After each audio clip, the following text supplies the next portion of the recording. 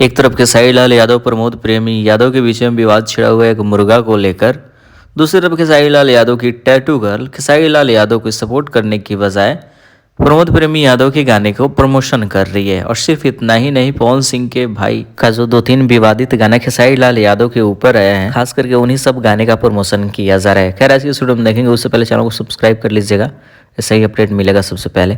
तो क्या है कि खेसारी लाल यादव भी लाइव आए थे, तो प्रमोद प्रेमी यादव को इनडायरेक्टली बढ़िया से रेले इतना धरती पे बाजे तनु कि हम धरती कई जगह तो धरती फाट गई है,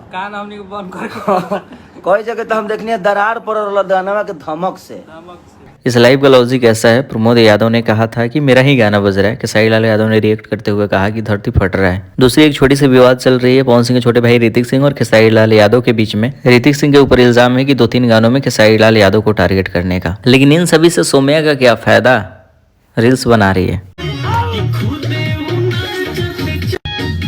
मतलब इस वक्त सीन ऐसा हो गया है कि जो खेसारी लाल यादव के खिलाफ जाएगा सौम्या उसका साथ रहेगी, काम करेगी फिल्म में। मिलते हैं नए वीडियो के साथ। इंस्टाग्राम का लिंक वीडियो के डिस्क्रिप्शन में है, तो वहाँ पे भी अपनी बातों को लिख सकते हैं।